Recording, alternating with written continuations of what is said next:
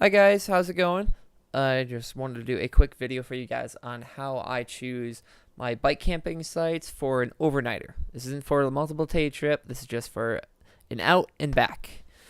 So, and I'm assuming you guys have internet, obviously, because you're watching this video, or you have access to a computer that has internet.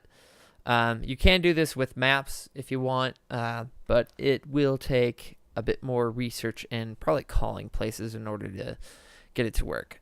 Before we get started into searching places, you need to consider how far you want to go. There's a couple things you need to put in consideration when thinking about this. It all depends on how fit you really are, and how much you feel like you can bike. For 2 days, keep in mind you have to go out and then you have to come back.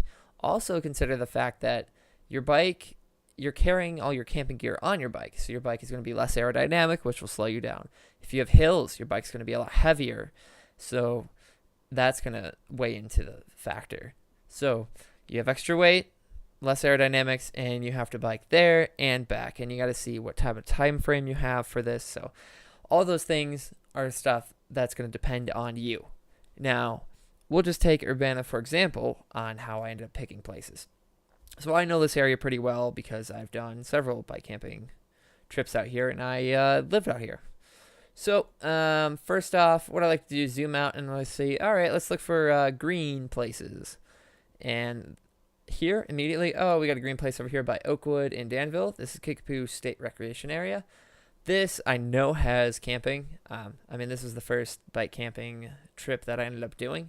And I know for a fact that it's just about 30 miles right outside of the center of Urbana.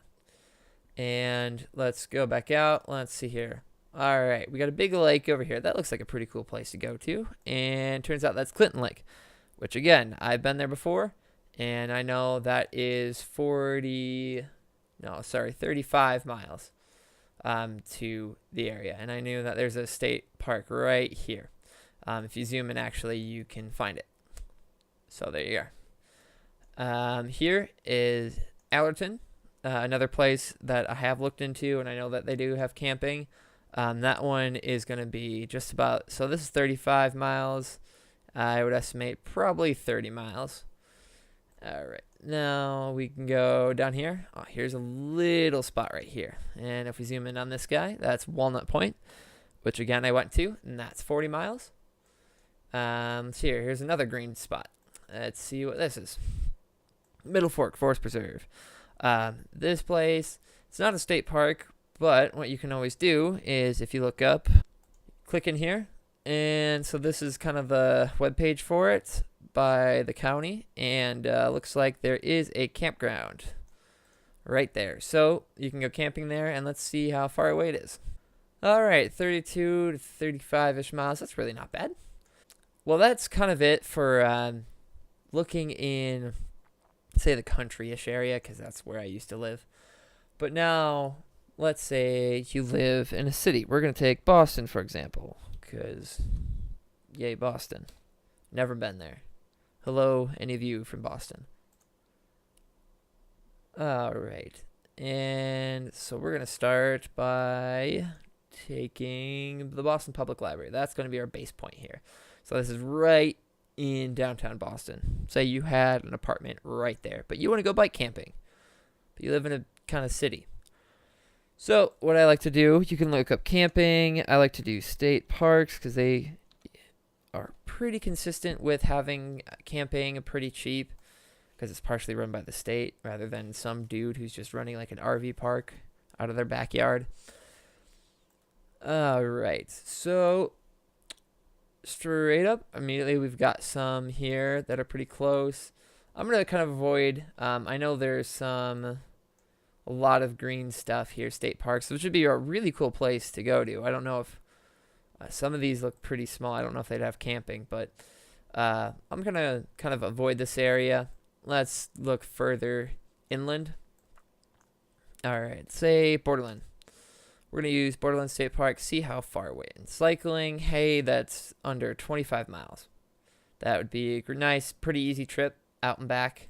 So we can kind of put a ring around Boston, say, all right, so all these are kind of right here. They are all within the probably 25-ish mile Check this out. We can go all the way into Rhode Island. This doesn't look too far out. And let's try Boston Public Library. There you are. And no, we're doing this by bike, Google. Haven't you learned?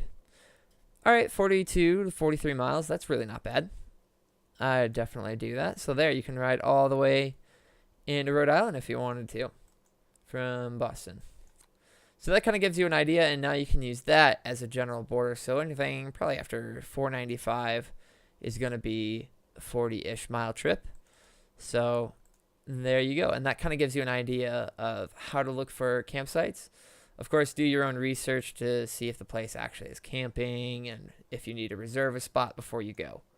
But again, my overall general is figure out how far you want to go, because you have to go there and back and lug all your gear with you.